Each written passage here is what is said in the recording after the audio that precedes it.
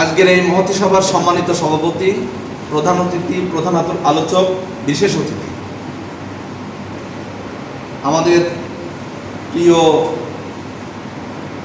শিক্ষকবৃন্দ, অভিভাবকবৃন্দ, আজকে আমরা যে প্রোগ্রামে এখানে উপস্থিত হয়েছি,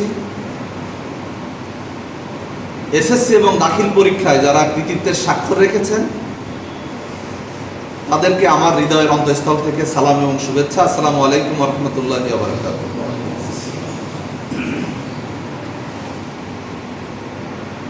আজকের এই প্রোগ্রামে আমরা যারা এসেছি, আমরা এখানে কেউ অভিভাবক, কেউ শিক্ষক,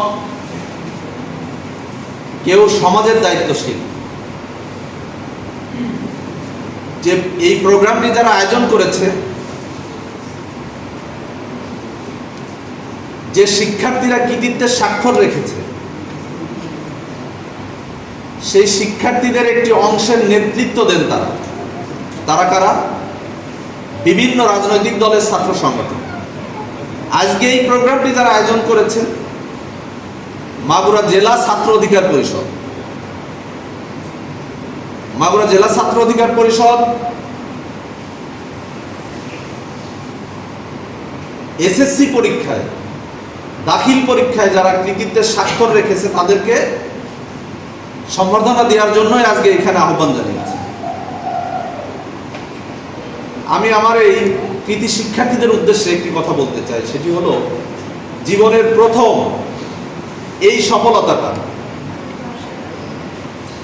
এই সফলতা পাওয়ার জন্য নিজেকে যেভাবে নিবেদিত করতে হয়েছে, এইটার পাশাপাশি আমার পরিবারের, আমার মা বাবার যে অবদানটা, সেটাকে কোনোভাবে খাটো করে দেখার সুযোগ কিন্তু নাই। আমি ভালো করেছি, নিঃসন্দেহে আমি ভালো করেছি, এতে কোনো সন্দেহ নাই। এই ভালোটাই চেয়েছিল কে? সব থেকে বেশি চেয়েছিল আমার মা, আমার বাবা। আমি সেই দৃষ্টিকোণ থেকে একটি কথা বলতে চাই। আজকে তোমরা যারা কৃতিত্বের স্বাক্ষর রেখেছ, কালকে দেশের বিভিন্ন ইউনিভার্সিটিগুলোতে যে তোমরা তোমাদের পরবর্তী ধাপগুলো ক্রস করবে, কিন্তু আমরা দেখেছি কি, এই কৃতিত্বের স্বাক্ষর রাখা এই ভালো শিক্ষার্থীগুলো ইউনিভার্সিটি লেভেলে যে ঝরে পড়ে, এটার পিছনে মূল কারণ কি থাকে?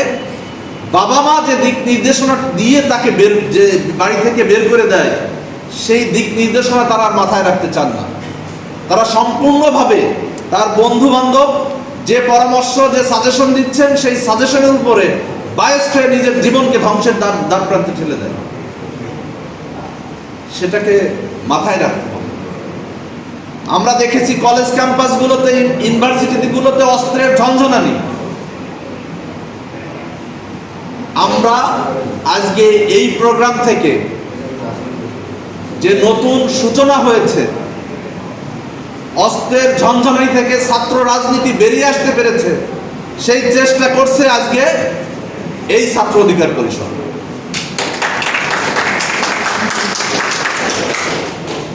আমরা মনে প্রাণে বিশ্বাস করি, প্রত্যেকটা ছাত্র সংগঠন যদি তাদের দলীয় আদর্শে ভালো কাজকে প্রতিযোগিতা হিসেবে গ্রহণ করে একটা ভালো কাজের বিপরীতে, আজকে ছাত্র অধিকার এখানে যে প্রোগ্রামটি করেছে, আমরা দেখেছি গত কয়েকদিন আগে মাগুরা জেলা ছাত্র শিবির সেম একটি প্রোগ্রাম করেছে। আমরা চাই ছাত্রদল এরকম একটি প্রোগ্রাম করবে।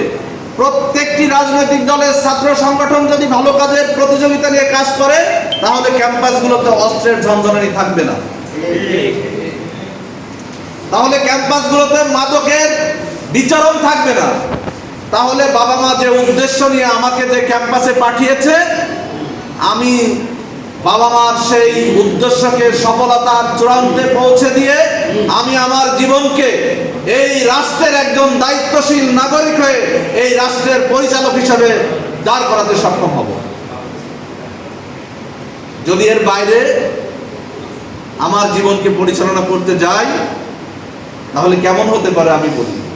ছোট্ট যে কোনো একটি দুর্ঘটনায় আপনি এখান থেকে বেরিয়ে যাওয়ার পরে ঘটে আপনার বন্ধুরা প্রাথমিক পর্যায়ে আপনার সঙ্গে এগিয়ে আসবে, ধরবে, আপনাকে হসপিটালে নিয়ে যাবে, আপনাকে আবার 2বার যে দেখে আসবে, কিছু ভালো ফল ফলালি দিয়ে আসবে। এই পর্যন্তই কিন্তু বন্ধুর দায়িত্ব শেষ। আপনি যে আপনার জীবনের একটি পা চলে গেল, একটি চোখ চলে গেল, একটি জীবন চলে গেল, এর সমস্ত ক্ষতিটা, সারা জীবনের কান্নাটা থাকবে আপনার মায়ের, আপনার বাবার। তাহলে আপনার জীবনের সব থেকে ভালো চাওয়াটা কে চায়? আমি একটু প্রশ্ন করতে চাই আপনাদের কাছে, একটু জোরে বলুন, আমি শুনতে পারি। এই মা বাবার চাওয়াটার থেকে ভালো কি কেউ চায় আপনারা মনে করেন? না। মা বাবার কথার বাইরে যে চলার সুযোগ কি কারো আছে? এই কথাটা মাথায় নিয়ে যতদিন শিক্ষা জীবন চলবে ততদিন অন্তত পক্ষে চলবেন, পথ হারা হবেন না। জীবনের প্রথম কৃতিত্বের স্বাক্ষর রেখেছেন, বাকিটা সারা জীবন কৃতিত্বের স্বাক্ষর রাখতে রাখতে আপনি সফলতার চূড়ায় পৌঁছে যাবেন, এই প্রত্যাশা আজকের এই প্রোগ্রাম থেকে আমি করছি। পাশাপাশি একটি কথা আমি অভিভাবকবৃন্দকে বলতে চাই, আমার সন্তানটা কেমন, কতটুকু করতে পারবে, এটা কিন্তু আমি জানি। আমি আমার বিষয়টা বলি, আমার 3টা বাচ্চা, ছেলে ক্লাস 3-তে পড়ে, মেয়ে ক্লাস 2-তে পড়ে, আর একটা এখনো যায় না, ছোট। স্কুল থেকে শিক্ষক আমাকে ফোন দিয়ে বলে যে আপনার ছেলেটা কথা বলে, অন্য দিকতে সব ভালো, বাসায় সবার সঙ্গে ফ্রি, কিন্তু বাইরে কথা বলে না, শিক্ষকের সাথে কথা বলে না, প্রশ্ন করলে উত্তর দেয় না। অনেক বড় একটা সমস্যা। আমি বলেছি যে আমার ছেলেকে আপনার কাছে দিয়েছি পড়ানোর জন্য, আপনি চেষ্টা করবেন, তার ধারণ ক্ষমতা যতটুকু আছে সে নিবে, এর থেকে বেশি প্রেশার করে আপনিও দিতে পারবেন না, সেও নিতে পারবে না।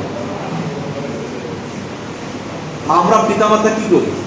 পিতামাতা আমার সন্তানের থেকে, আমার সন্তানের যতটুকু ধারণ ক্ষমতা আছে তার থেকে অনেক বেশি প্রত্যাশা করে বসে থাকি। সেই জায়গা থেকে বেরিয়ে আসতে হবে। আমার সন্তান চয়েস করেছে উনি ইঞ্জিনিয়ার হবেন, ক্লাস 3-তে পড়ে, এবং আমার বাসায় যত টেকনিক্যাল প্রবলেম আছে সে খুলে নষ্ট করেছে, একটা আজ পর্যন্ত আমি দেখি নাই, ভালো করেছে। কিন্তু আমার টার্গেটটা, আমার স্বপ্নটা কি? আমি বলি, আমার স্বপ্নটা আমার একটা ছেলে ল কমপ্লিট করবে, মাগুরা কোর্টে প্র্যাকটিস করবে, আমার বাড়িতে থাকবে, আমার কাছে থাকবে, আমরা বয়স হয়ে যাবে, আমাদের দেখাশোনা করবে। আমার স্বপ্নটা কিন্তু এই জায়গাতে আমি ভাবি। তো আমার ছেলেকে আমি যখন ওই কথা বলতে চাই, সে বলে যে না আমি ইঞ্জিনিয়ার হব। তাহলে আমার স্বপ্নের সাথে এইখানে কিন্তু তার একটা সাংঘর্ষিক এসে গেছে। আমি কি এখন আমার সন্তানের উপরে জোর করে যদি ল করার জন্য চাপ দিতে চাই, তাহলে কি এটা সন্তানের জন্য ভালো হবে না আমার জন্য ভালো হবে? কিন্তু আমরা পিতামাতা কিন্তু এই ভুলটা করে থাকি। সেই দিকটা মাথায় নিয়ে আমরা অভিভাবক যারা আছি, অভিভাবকের জায়গা থেকে এই ভুলকে যেন আমরা না করি, আজকের এই প্রোগ্রাম থেকে আমি অভিভাবকদের প্রতি সেই মেসেজটা দিতে চাই। আজকের এই প্রোগ্রামে আমরা পেয়েছি আমাদের প্রিয় শিক্ষকদের। পিতামাতার পরেই যে সময়টা আমরা শিক্ষকের সঙ্গেই ক্লাসে বেশি দিয়ে থাকি। আজকে তোমরা যারা কৃতিত্বের স্বাক্ষর রেখেছো, তোমার এই সফলতার অংশীদার কিন্তু আজকের এই শিক্ষক।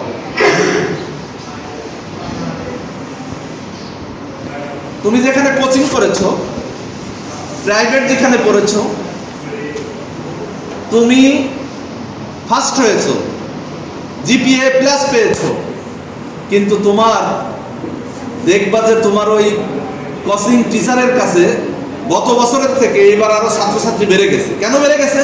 যে ওনার ওখানে পড়লে জিপিএ প্লাস পাওয়া যায়। এরকম হয় কি হয় না? একটু জোরে বলো, হয় কি হয় না? তুমিও যে বাড়িতে বলো আম্মু আমি ওখানে পড়বো না, ওখানে পড়বো, ওখানে স্যার ভালো পড়ায়, এরকম বলো কি বলো না? তাহলে তোমার এই কৃতিত্বর যে স্বাক্ষর তুমি রেখেছ, তার একজন বড় অংশীদার কিন্তু আমাদের এই শিক্ষক। এই শিক্ষকও কখনো চাইবে না যে আমার স্টুডেন্ট ঝরে পড়ুক, আমার স্টুডেন্ট শেষ হয়ে যাক। আমি অনেক শিক্ষককে দেখেছি নিজের পকেটের টাকা দিয়ে ফর্ম ফিল-আপের এই অর্থ জোগান দেয়। আমি অনেক শিক্ষককে দেখেছি একটা কলম কিনে দেয়, আমি অনেক শিক্ষককে দেখেছি একটি খাতা দেয়। পাশাপাশি আজকে আমি এই জায়গা থেকে আমার এই প্রিয় শিক্ষকদের একটু আহ্বান জানাতে চাই, এই মহান দায়িত্ব যেহেতু আপনারা নিয়েছেন, অনেক সময় আমরা দেখে থাকি শুধু পেশাগত দায়িত্ব পালন করেই কোনো শিক্ষক আমার দায়িত্ব শেষ এভাবেই শেষ করতে চান। আমি তাদের প্রতি বিনয়ের সাথে আজকের এই প্রোগ্রাম থেকে আমি দাবি জানাবো, সেটি হলো আপনার পরিবারে আপনার সন্তান যেমন, আপনার পরিবারে আপনার কাছে আপনার সন্তান যেমন যে কোনো চাওয়া পূরণের জন্য আপনি উদ্গ্রীব হয়ে যান, আপনার এই ছাত্র ছাত্রীর প্রতিও আপনার সেই দায়িত্ববোধ, মমত্ববোধ, ভালোবাসা রেখে যখন আপনি কাজ করবেন, তাহলে এই শিক্ষার্থীর থেকে আপনি সেই সম্মান মর্যাদা আজীবন পর্যন্ত আপনি পেয়ে যাবেন। এই জায়গাগুলো পূরণ করে আমরা যদি আমাদের এই সমাজ ব্যবস্থাকে ঢেলে সাজাতে পারি, আমরা যদি আগামী দিনের সুন্দর ভবিষ্যৎ গড়ার জন্য আমাদের এই তরুণ ছাত্র সমাজকে ঢেলে সাজাতে পারি, আমরা একটি পরিচ্ছন্ন বাংলাদেশ পাব। আমি একটি ছোট্ট উদাহরণ দিতে, আমি রাজনীতি করি না, আমি রাজনীতির ভাষায় কথা বলবো না, শুধু একটি উদাহরণ দিতে চাই। আপনারা শুনেছেন সিলেট সাদা পাথরের একটা জায়গা আছে, আমরা মাগুরা নয়, আমাদের এই দিক থেকে যত সীমান্তের শেষবর্তী জায়গা থেকে ওই সিলেটে এই সাদা পাথর দেখার জন্য মানুষ যাইতো কিনা? হঠাৎ করেই দেখলাম ওইখানে আর কোনো পাথর নাই, লুট হয়ে গেছে, মরুভূমির মতো একটা সাদা এলাকা হয়ে গেছে। রাষ্ট্র ক্ষমতা থেকে যখন প্রেসার দেওয়া হলো, রাতারাতি সেখানে আবার পাথর ফিরে আসে নাই। আপনি চুরি করছেন, হজম করতে পারেন নাই, কিন্তু যেই হোক কে করছে ওইটা আমার আলোচ্য বিষয় না, চুরি করছেন, হজম করতে পারেন নাই। কেন পারেন নাই বলেন তো? আজকে আমাদের এই তরুণ ছাত্র সমাজ কিন্তু জাগ্রত হয়েছে। আজকে এই তরুণ ছাত্র সমাজ অন্যায়ের বিরুদ্ধে রুখে দাঁড়িয়েছে। আজকে এই তরুণ ছাত্র সমাজ আমার দেশের থেকে হাজার হাজার কোটি টাকা পাচার করে দেশের বাইরে নিয়ে যাচ্ছে, সেটাকে ব্যারিকেড দিচ্ছে। আজকে এই তরুণ ছাত্র সমাজ আগামী দিনের একটি সুন্দর বাংলাদেশ গড়ার স্বপ্ন নিয়ে তারা এই দেশে রাজনীতি করছে পরবর্তীতে। যে আজকে যারা তোমরা কৃতিত্বের স্বাক্ষর রেখেছো, কেউ হবা এর ভেতর থেকে বড় রাজনীতিবিদ, কেউ হবা ভবিষ্যতে বড় ইঞ্জিনিয়ার, ডাক্তার, সরকারের সব থেকে বড় বড় জায়গাতে বসে। এখন তোমার মধ্যে যদি প্রতিষ্ঠিত হয়ে যায় যে তুমিও পাথর চুরির মতো চুরি করবা, তুমিও ব্যাংক ডাকাতি করবা, তুমিও তো বড় একটা প্রকল্প বাস্তবায়ন করতে যে অর্ধেক টাকা আগে মেরে দিবা, তাহলে তো এই দেশ 54 বছরে যেমন এগোতে পারে নাই, এরকম আগামী 100 বছরও আর এগোতে পারবে না। তাই তরুণ সমাজ সিদ্ধান্ত নিয়েছে যে আমরা আমাদের এই দেশ থেকে একটি টাকাও দেশের বাইরে চুরি হয়ে চলে যাক, এরকমের কোনো কর্মকাণ্ড কাউকে করতে দিব না।